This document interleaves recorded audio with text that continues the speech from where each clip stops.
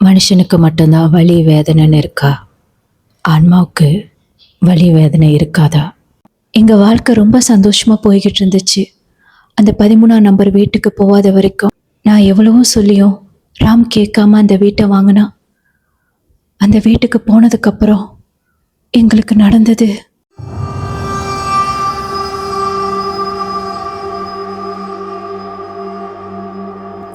உண்மை சம்பவம். இன்னைக்கு நம்ம 13ஆம் நம்பர் வீட்டுக்கு போன 2 இளம் தம்பதியினருக்கு நடந்த ஒரு அமானுஷத்தை தாங்க பார்க்க போறோம். பொதுவா பாத்தீங்கன்னா இந்த 13ஆம் நம்பர்னாலே நம்மளோட இந்துரிசம்ல மட்டும் கிடையாது, சைனீஸ்ல, கிறிஸ்டினிட்டில, மத்த மதத்துல கூட இந்த 13ஆம் நம்பர்னாலே அது ஒரு துரதிர்ஷ்ட நம்பரா தான் பார்த்துக்கிட்டு இருக்காங்க. என்னதான் இது ஒரு மூட நம்பிக்கைன்னு நம்ம நினைச்சா கூட சில நேரத்துல நடக்கிற இன்சிடென்ட்லாம் வச்சு பாக்குறப்ப உண்மையா இருக்குமோன்னு நமக்கே தோண வைக்கும்ல. இந்த கதையை நீங்க கேட்கிறப்ப நிச்சயமா உங்களுக்கும் தோணும். மதுரையை சேர்ந்த ஒரு கல்யாணமான தம்பதியருக்கு நடந்த உண்மை சம்பவ கதை தாங்க இது. இந்த கதைக்குள்ளால போறதுக்கு முன்னாடி யாரெல்லாம் இன்னும் என்னோட சேனலை சப்ஸ்கிரைப் பண்ணலையோ மறக்காம சப்ஸ்கிரைப் பண்ணிருங்க. பக்கத்துல இருக்கிற பெல் ஐக்கானை பிரஸ் பண்ண மறந்துடாதீங்க. அப்பதான் நான் போற உண்மை சம்பவ கதையோட நோட்டிபிகேஷன் உங்களுக்கு வரும். தட்டி பார்க்கவும் வசதியா இருக்கும். சரி, இப்ப நம்ம வீடியோக்குள்ள போலாமா? இந்த கதையில நான் பையனுக்கு வச்ச பேர் வந்து ராம், பொண்ணோட பேர் வந்து ரம்யா.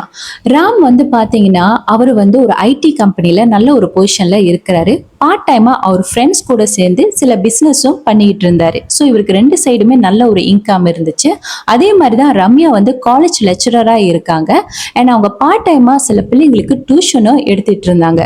ஸோ இவங்களுக்குமே 2 சைட்லயும் நல்ல ஒரு இன்கம் இருந்துச்சு. இவங்க 2 பேருமே பாத்தீங்கன்னா காலேஜ் டைம்ல தான் பார்த்து பேசி பழகி பிடிச்சு போய் காதலிச்சு தான் கல்யாணம் பண்ணாங்க. கிட்டத்தட்ட 7 வருஷ காதல். இவங்க காதலுக்கு வந்து இவங்க 2 பேர் வீட்டு தரப்புலயும் எந்த ஒரு எதிர்ப்பும் இல்லைங்க. ஸோ இவங்களோட கல்யாணமும் நல்லா நடந்துச்சு. வாழ்க்கையும் கிட்டத்தட்ட 4 வருஷம் நல்ல ஸ்மூத்தா தான் போய்கிட்டு இருந்துச்சு. 4 வருஷம் கழிச்சு அவங்க வாழ்க்கையில ஒரு துயரமான சம்பவம் நடந்துச்சு. என்னன்னு பாத்தீங்கன்னா முதல்ல ராமோட அப்பா தவறினாரு. 6 மாசம் கழிச்சு அவங்க அம்மாவும் தவறிட்டாங்க. சோ இவங்க 2 பேரோட இழப்பையும் ராம்னால ஏத்துக்க முடியல. அந்த வீட்டுல எப்போதுமே அவங்க அப்பா அம்மா கூட அவர் வாழ்ந்து இருந்துட்டாரு. ஸோ அவங்க 2 பேருமே ஒரே வருஷத்துல அதுவும் தவறி போனனால அவரால் வந்து ஏத்துக்க முடியல. அந்த வீட்டுல இருக்கிறப்பெல்லாம் அவங்க அப்பா அம்மா ஞாபகம் அவருக்கு வந்துகிட்டே இருந்துச்சு. அவரால் வேலையில கூட கான்சென்ட்ரேட் பண்ண முடியல, பிசினஸையும் சரியா பாத்துக்க முடியல. அதனால வேற வழி இல்லாம இந்த வீட்டை பேசாம வித்துட்டு வேற எங்கேயாச்சும் வீடு வாங்கி போயிடலாமான்ற யோசனை ராமுக்கு வந்துச்சு. இந்த வீடு விற்கிறத பத்தி ரம்யா கிட்ட கேக்குறப்ப ரம்யா என்ன சொன்னானா, வேணாங்க, இந்த வீட்டுல உங்க அப்பா அம்மா வாழ்ந்து மறைஞ்சிருக்காங்க. இந்த வீட்டை சுத்திலும் உங்க அப்பா அம்மாவோட நினைவுகள் எல்லாமே கலந்துருக்கு. இந்த வீடை வித்துட்டீங்கன்னா உங்க அப்பா அம்மாவை மொத்தமா நீங்க மறந்துட்டு போன மாதிரி ஆயிரும். வேணும்னா இந்த வீட்டை வந்து நம்ம ரெண்ட்டுக்கு விடலாம், அப்பப்ப நம்ம வந்து பாத்துக்கலாம். எதுக்கு விற்கணும்? இது நம்மளோட குடும்ப சொத்தாவே இருக்கட்டுமே. நீங்க தானே சொன்னீங்க உங்க அப்பா அம்மா பார்த்து இந்த வீட்டை கட்டியிருக்காங்கன்னு. ஆமா, நான் சொன்னேன். ஆனா இப்ப அவங்க இல்லாத வீடு வீடு மாதிரியே இல்லை. இந்த வீடு ஃபுல்லா அவங்களோட ஞாபகம் தான் நிறைஞ்சிருக்கு. அவங்க என் வாழ்க்கையில இல்லைன்னு இப்ப நினைச்சு பார்த்தா கூட நம்ப முடியல. எனக்கு ஒரே கனவு மாதிரி இருக்குன்னு சொல்லிட்டு ராம் அழுவுறப்ப ரம்யா ராம சமாதானப்படுத்துறதுக்குள்ளால போதும்னு ஆயிடுச்சு. அப்போ ரம்யா, எனக்கு உங்க வழி புரியுதுங்க. நீங்க இந்த வீடை வித்துட்டீங்கன்னா உங்க அப்பா அம்மாவோட ஞாபகம் மொத்தமா போயிருங்க. ஏன்னா இந்த வீடு முழுக்க. அப்போ ரம்யா ராம் கிட்ட, எனக்கு உங்க வழி புரியுதுங்க.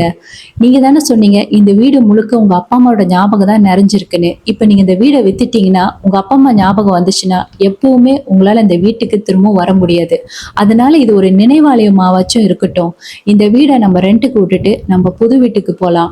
இந்த காசை எடுத்து நம்ம அந்த புது வீட்டுக்கும் நம்ம கட்டின மாதிரி இருக்கும். அதே சமயத்துல உங்களுக்கு உங்க அப்பா அம்மாவோட ஞாபகம் வந்துச்சுன்னா அப்பப்ப நீங்க இந்த வீட்டுக்கு வரலாம் இல்லையா? கொஞ்சம் யோசிச்சு பாருங்கன்னு ரம்யா சொல்றப்ப அப்ப ராமுக்கு ரம்யா சொல்றது சரின்னு அவனுக்கும் பட்டுச்சு. சரி, நம்ம வேணும்னா இந்த வீட்டை ரெண்ட்டுக்கு விட்டுட்டு நம்ம வேற வீடு வாங்கி போயிடலான்னு சொல்லி வாயை மூடுறதுக்குள்ளால ரூமுக்கு வெளியே ஏதோ கண்ணாடி விழுந்து நொறுங்குற சத்தம் அவங்களுக்கு கேட்டுச்சு. என்னடா இவ்வளவு சத்தமா இருக்குன்னு சொல்லிட்டு கீழே இறங்கி போயிட்டு ஹால்ல பாக்குறப்பதான் தெரிஞ்சது அவங்க அப்பா அம்மாவோட போட்டோ வந்து கீழே விழுந்து உடஞ்சி நொறுங்கி போயிருக்காங்க. அது எப்படின்னா அவங்க அப்பா அம்மாவோட போட்டோ வந்து கொஞ்சம் பெருசாதான் அவங்க கழுவி வச்சிருக்காங்க, மாலைலாம் போட்டிருக்காங்க. அந்த மாலை ஒரு பக்கம் கிடக்குது, ஃப்ரேம் ஒரு பக்கம் கிடக்குது, கண்ணாடி துகள்கள் பாத்தீங்கன்னா அந்த ஹால் ஃபுல்லாவே இருக்குது. என்னமோ அந்த போட்டோவை கழட்டி வேகமா தூக்கி வீசி கீழே போட்டு உடைச்சா எப்படி இருக்கும் அந்த மாதிரி செதறி போய் கிடக்குது. இது வந்து நார்மலா கீழே விழுந்து உடஞ்ச மாதிரி இல்ல. ராமுக்கும் ரம்யாவுக்கும் ஒண்ணுமே புரியல. என்னடா இந்த மாதிரி உடைஞ்சு நொறுங்கி கிடக்குதே, நம்ம நல்லா ஸ்ட்ராங்கா தானே கிரில் பண்ணி வச்சிருக்கோம். இத்தனைக்கும் கிரில் பண்ண அந்த இடத்துல பாத்தீங்கன்னா அந்த ஆணி அப்படியே தான் இருக்கு. அந்த ஆணி லூசா கூட இல்ல. எப்படி இந்த மாதிரி உடைஞ்சு கிடக்குதுன்னு ரெண்டு பேத்துக்குமே ஒரே குழப்பம். இவங்க ரெண்டு பேரும் ஹாலை சுத்தம் பண்ணி முடிச்சதுக்கு அப்புறம் படுக்க போயிருக்காங்க. ஆனா ரெண்டு பேருக்குமே தூக்கம் வரல, ரெண்டு பேருக்குமே மனசு சரியில்லை. அப்போ ரம்யாவுக்கு என்னமோ ஏதோ சரியில்லாத மாதிரியே தோணிக்கிட்டு இருந்திருக்கு. அப்போ ரம்யா ராம் கிட்ட, எங்க நாளைக்கு காலையில வேலையா கோயிலுக்கு போயிட்டு பூசாரிய பார்க்கலாமா? எனக்கு என்னமோ மனசே சரியில்லைங்க. இந்த மாதிரி அப்பா அம்மா போட்டோ கீழே விழுந்து உடஞ்ச விதத்தை பார்த்தா எனக்கு என்னமோ சரியா படலன்னு. ஆமா, எனக்கும் அப்படிதான் தோணுது. ஒருவேளை அவங்களோட திதி தர்ப்பண காரியத்துல ஏதாச்சும் குறை இருக்கான்னு கூட தெரியல. நாளைக்கு காலையில வேலையில போயிட்டு பூசாரிய பார்க்கலான்னு சொல்லிட்டு இவங்க ரெண்டு பேருமே பேசிட்டு படுத்துட்டாங்க. மறுநாள் காலையிலேயே இவங்க ரெண்டு பேருமே போயிட்டு கோயில் பூசாரிய பார்த்திருக்காங்க. நடந்த எல்லா விஷயத்தையுமே அவர்கிட்ட ஒண்ணு விடாம சொல்லியிருக்காங்க. அப்ப அவர் அந்த விஷயத்தெல்லாம் கேட்டுட்டு என்ன சொன்னாருன்னா, அப்பா அம்மா போட்டோ கீழே விழுந்து உடைஞ்சது ஒரு வகையில அவசரமா இருந்தாலும், ஆனா அது மூலியமா உங்களுக்கு எந்த ஒரு கெடுதலும் வராது. ஏன்னா உங்க அப்பா அம்மா இப்ப தெய்வமா இருந்து உங்களை காத்து உங்களுக்கு நல்லது கெட்டது எதுன்னு தெரிவிப்பாங்களே தவிர நிச்சயமா அவங்க உங்களுக்கு கெடுதல் பண்ண மாட்டாங்க. நீங்க எப்போதுமே வழக்கமா கொடுக்குற திதி தர்ப்பண காரியத்தை முறையா நீங்க கொடுத்துட்டே வாங்க. அவங்க உங்களுக்கு துணையா இருப்பாங்க. ஒருவேளை இந்த போட்டோ கீழே விழுந்து உடைஞ்சது தற்செயலா கூட இருக்கலாம். நீங்க மனசு போட்டு எதுவும் குழப்பிக்காதீங்க. எதுவா இருந்தாலும் இந்த அம்பிகை கிட்ட ஒப்படைச்சிட்டு போங்க, அவ பாத்துக்குவான்னு சொன்னதுக்கு அப்புறம் தான் இவங்க ரெண்டு பேத்துக்குமே கொஞ்சம் ஆறுதலாவே இருந்துச்சு. அப்போ ரம்யா, சாமி நாங்க வீடு வாங்கலான்னு முடிவு பண்ணிருக்கோம். இந்த வருஷம் எங்களுக்கு டைமிங் எப்படி இருக்கு, நாங்க வீடு வாங்கலாமா, கொஞ்சம் எங்க ஜாதகத்தை செக் பண்ணி சொல்றீங்களான்ட்டு ரம்யா ஜாதகத்தை அந்த பூசாரி கிட்ட கொடுத்துருக்கா. அப்ப அந்த பூசாரியும் ஜாதகத்தை செக் பண்ணிட்டு நீங்க வீடு வாங்கலாமா, உங்க ரெண்டு பேத்துக்குமே டைமிங் ரொம்ப நல்லா இருக்குன்னு சொன்னதுக்கு அப்புறம் தான் இவங்க போயிட்டு ஒவ்வொரு வீடா பார்க்க ஆரம்பிச்சிருக்காங்க. ஆனா எந்த வீடுமே அவங்களுக்கு திருப்தியா இல்ல. இந்த வீடு தேடுற விஷயம் கொஞ்ச நாள் போய்கிட்டே இருக்கிறப்ப திடீர்னு ராமு வேலை முடிஞ்சு வர வழியில ஒரு வீட்டை பார்த்தான். அந்த வீடு பார்த்தோன்னே அவனுக்கு ரொம்ப பிடிச்சு போயிருச்சு. ரம்யா கிட்டயும் போய் சொல்லி அந்த வீட்டை பாக்குறதுக்காக கூட்டிட்டு வந்து காட்டுறப்ப அப்போ ரம்யாவுக்கு அந்த வீடை பாக்குறப்ப அவ்வளவா மனசுக்கு சரியா படல. இந்த வீடை பாக்குறப்ப ஏதோ ஒண்ணு சரியா இல்லாத மாதிரி ரம்யாவுக்கு ஸ்ட்ராங்கா மனசுல பட்டிருக்கு. ஆனா ராம் கேட்கவே இல்லை. ஏன் இந்த வீடை வேணான்னு சொல்றேன், நான் ஏற்கனவே ஓனர்கிட்ட அடிச்சு பேசிட்டேன். இந்த வீடை இவ்வளவு குறைவான விலைக்கு யாரும் கொடுக்க மாட்டாங்க. வீடும் நல்லா பெருசா இருக்கு, வெளியே பாரு, கிட்டத்தட்ட 4-5 காடி கூட பார்க் பண்ணலாம். பத்தாவதுக்கு நம்ம ரெண்டு பேரும் வேலை செய்யற இடத்துக்கு பக்கத்திலேயே வீடு அமைஞ்சிருக்கு. அன்னைக்கு அந்த கோயில் பூசாரி என்ன சொன்னாரு, உங்களுக்கு டைமிங் நல்லா இருக்கு, நீங்க வீடு வாங்கலான்னு தானே. டைமிங் நல்லா இருக்கிறதுனாலதான் இவ்வளவு பெரிய வீடு நம்மளுக்கு விலை குறைவா கிடைச்சிருக்கு. எனக்கு இந்த வீடு பிடிச்சிருக்கு. எனக்கு என்னமோ அப்படி எதுவும் தப்பா தோணல, நீ எப்படின்னு யோசிச்சு சொல்லுன்னு அவன் சொல்றப்ப ரம்யாவுக்கு மனசுல ஸ்ட்ராங்கா படுது இந்த வீடு வேண்டான்னு. ஆனா ராமுக்கு அந்த வீடு ரொம்ப பிடிச்சிருக்கு. சரி பரவாயில்ல, ஒருவேளை நமக்கு தான் அப்படி தோணுதேன்னு நினைச்சிட்டு ரம்யாவும் அந்த வீடு வாங்குறதுக்காக ஓகே சொல்லிட்டாங்க. அவங்க என்னைக்கு அந்த வீடு வாங்கணும்னு சொல்லி முடிவு பண்ணாங்களோ அன்னில இருந்து அவங்க வாழ்க்கையில பிரச்சனை ஸ்டார்ட் ஆயிருச்சு.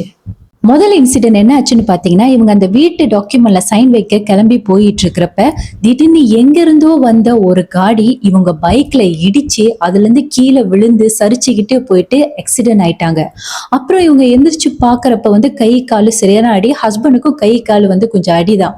அப்ப பக்கத்துல இருக்கிற கிளினிக்ல போயிட்டு அவங்க ட்ரீட்மெண்ட் எல்லாம் எடுத்துட்டு இருக்கிறப்ப அப்ப இவங்க ஒய்ஃப் என்ன சொன்னாங்கன்னா, எனக்கு என்னமோ இது சரியா படலைங்க, பாருங்க நம்ம இன்னைக்கு வீட்டுக்கு டாக்குமெண்ட் சைன் வைக்க போறப்போ இந்த மாதிரிலாம் நடக்குது, இது சரியானு என்ன பேசுற நீ, ஆக்சிடென்ட்லாம் நடக்கதான் செய்யும். அந்த காடிக்காரன் பார்க்காம வந்ததுக்கு அதுக்கும் இப்ப நம்ம போறதுக்கும் என்ன சம்பந்தம் இருக்கு, இதெல்லாம் ஒரு மூட நம்பிக்கை, இதெல்லாம் நீ நம்பிட்டு இருக்காத, நீ எதுவும் கண்டதையும் யோசிச்சு நீயும் குழம்பிக்கிறதும் இல்லாம என்னையும் சேர்த்து குழப்பாத, நான் ரொம்ப கிளியரா இருக்குன்னு பேசிட்டு இருக்கிறப்ப கால் வருது அந்த வீட்டு ஓனர் கிட்ட இருந்து.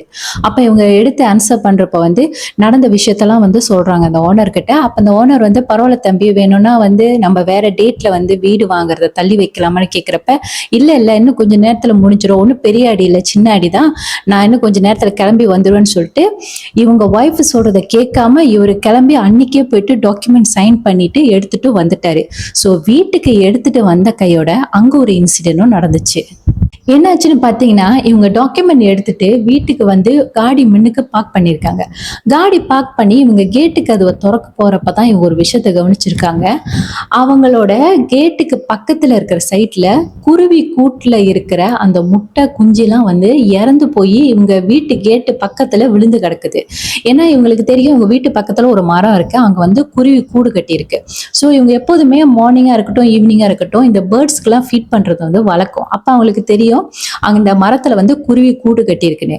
இப்போ அந்த கூடு விழுந்துச்சுன்னா கரெக்டா அந்த மரத்துக்கு பக்கத்துல தான் விழுந்திருக்கணும். ஆனா இது வந்து மரத்துக்கு கொஞ்சம் தள்ளி விழுந்து கிடக்குது. ஆனா முட்டை குஞ்செல்லாம் வந்து கரெக்டா இவங்க கேட்டு திறக்கிற கொஞ்சம் பக்கத்துல கொஞ்சம் கிட்டத்துல தான் அது வந்து விழுந்து இறந்து போயிருக்கு. ஸோ இதை பார்த்தோன்னே இவங்களுக்கு வந்து அதிர்ச்சி ஆயிடுச்சு. என்னடா இது, எப்படி இது நடந்துச்சு உங்களுக்கு புரியல.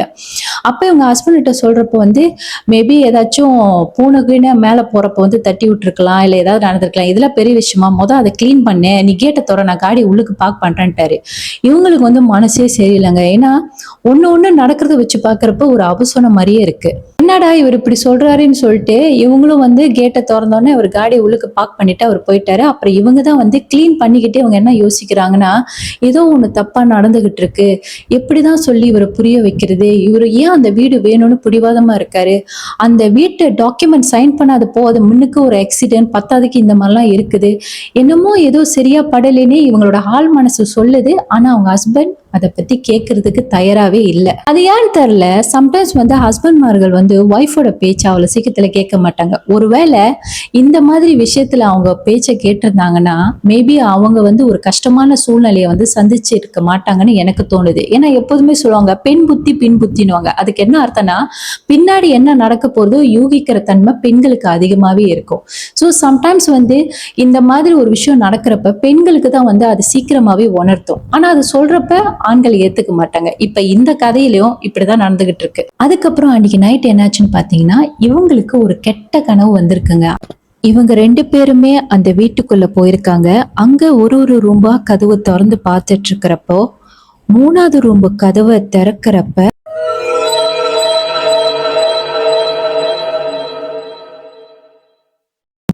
ரம்யா, யார் நீ, இங்க என்ன பண்ற?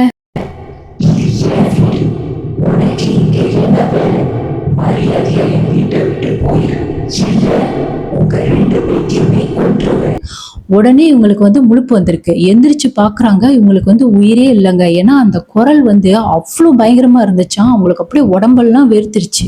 அவங்க உடனே அவங்க ஹஸ்பண்டை எழுப்பி அவங்க கண்ட கனவை சொல்றப்ப அவங்க ஹஸ்பண்ட் என்ன சொன்னாருன்னா, ஏன் உனக்கு மட்டும் அந்த வீட்டை பத்தின ஒரு நல்ல கனவே வர மாட்டேங்குது, எனக்கெல்லாம் அந்த மாதிரி கனவு வரல, ஏன் உனக்கு மட்டும் வருது, எனக்கு ஒண்ணுமே புரியல, நீ எதையாச்சும் யோசிச்சு படுத்திருப்ப, அதனாலதான் உனக்கு இந்த மாதிரி கனவு வருது, பேசாம படு அப்படின்னு சொல்லிட்டு அவரு படுத்துட்டாரு. ஆனா இவங்களுக்கு தூக்கமே போயிருச்சு.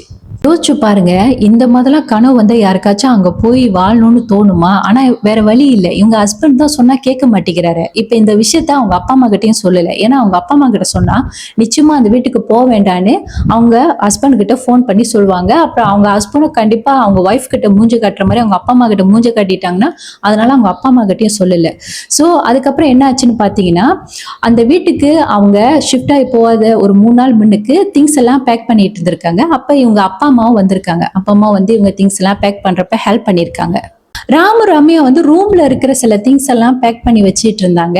அப்ப ரம்யாவோட அப்பா அம்மா வந்து கீழே இருக்கிற சில திங்ஸ் எல்லாம் வந்து பேக் பண்ணிட்டு இருந்தாங்க. அந்த டைம்ல திடீர்னு ஒரு சத்தம், அவங்க அம்மா வந்து அலறாங்க.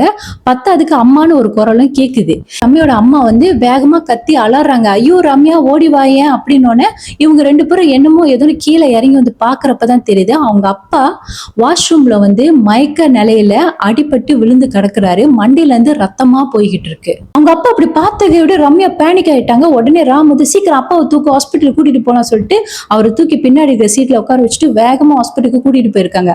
கூட்டிட்டு போற வழியில அவங்க அப்பா வந்து எழுப்பி எழுப்பி பார்த்திருக்காங்க. அவங்க அப்பா கண்ணு முழிக்கவே இல்லை. அப்ப ரம்யாவுக்கு வந்து பயம் எடுத்துருச்சு, ஐயோ அப்பாவுக்கு ஏதாச்சும் ஆயிருமான்ட்டு. அதுக்கப்புறம் ஒரு வழியா இவர் சீக்கிரமா கொண்டு போயிட்டு எமர்ஜென்சி வார்ட்ல சேர்த்துட்டாங்க. கொஞ்ச நேரம் ட்ரீட்மெண்ட் போனதுக்கு அப்புறம் நர்ஸ் அங்க இருந்து வெளியே வந்து என்ன சொன்னாங்கன்னா, கவலைப்படாதீங்க, உங்க அப்பாவுக்கு ஒன்னும் ஆகல, அவர் பொழைச்சிக்கிட்டாரு, நல்ல வேலை சீக்கிரமா கொண்டு வந்து சேர்த்தீங்க, இதே கொஞ்சம் லேட்டா ஆயிருந்தா உங்க அப்பாவை நிச்சயமா நீங்க பாத்திருக்க முடியாதுன்னு. அப்பதாங்க ரம்யாவுக்கும் அவங்க அம்மாவுக்கும் உயிரே வந்த மாதிரி இருந்திருக்கு. அப்புறம் மறுநாள் வந்து அவங்க அப்பாவை டிஸ்சார்ஜ் பண்ணிட்டாங்க. அவர வீட்டுக்கும் கூட்டிட்டு போயிட்டாங்க. வீட்டுக்கு கூட்டிட்டு போயிட்டு ரம்யா விட்டுட்டு இவங்க வீட்டுக்கு வரப்போ வந்து என்ன யோசிச்சுக்கிட்டே வந்தாங்கன்னா, என்ன இந்த மாரிலாம் நடக்குது? அந்த வீட்டுக்கு போகாத முன்னைக்கு இப்படிலாம் நடக்குது. ஒருவேளை அந்த வீட்டுக்கு போனா என்ன நடக்குமோன்ற பயம் இவங்களுக்கு இன்னும் அதிகமாக ஆரம்பிச்சுது. ஆனா ராம் இதெல்லாம் சொன்னா கண்டிப்பா ஏத்துக்க மாட்டாரு. அவரு அந்த வீட்டுக்கு தான் போகணும்னு பிடிவாதமா இருக்காரு. ஏன்னா இவ்வளவு நடந்து கூட அவரு வந்து அது ஒரு அபசகுனமா அவரு நினைச்சுக்கல. இதெல்லாம் வந்து ஒரு ஆக்சிடென்டா தான் அவரு பார்க்குறாரு. அதுக்கப்புறம் அவங்க அந்த வீட்டுக்கு போற நாளும் வந்துச்சு.